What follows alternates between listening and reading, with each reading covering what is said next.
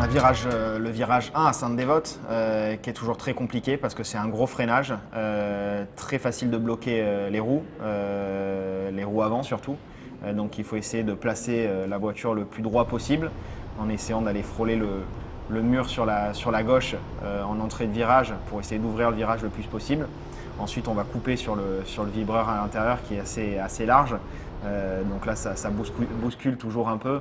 Et c'est ce genre de bosse ou de vibreur qu'il faut vraiment essayer pendant les essais libres pour savoir exactement comment le prendre pour que la voiture reste la plus stable possible.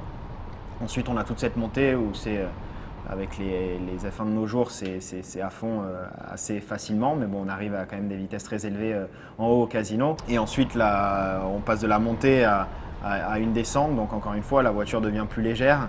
Donc on perd un petit peu d'adhérence et ça encore une fois il faut l'anticiper.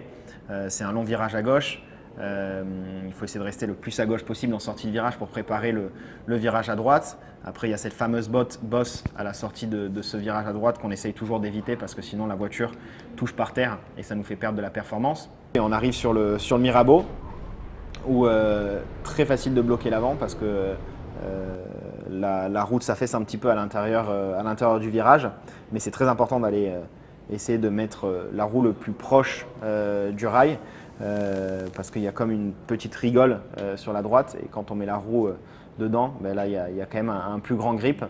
Et ensuite le Fermont, le virage du Fermont qui est assez mythique, c'est le virage le plus serré, le plus lent en Formule 1. Donc là c'est ultra important d'aller chercher chaque centimètre est important au niveau du freinage parce qu'on est à des vitesses très basses et la moindre différence en termes de freinage, c'est beaucoup de temps perdu. Essayer de faire tourner la voiture le plus rapidement possible pour accélérer le plus rapidement possible. Et voilà, après on a deux virages à droite.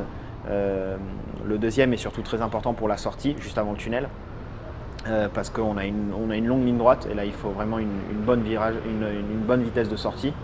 Il y a une bosse juste à ce virage, juste après le tunnel. Et il faut toujours freiner ou avant la bosse ou après. En qualification, il faut toujours freiner après.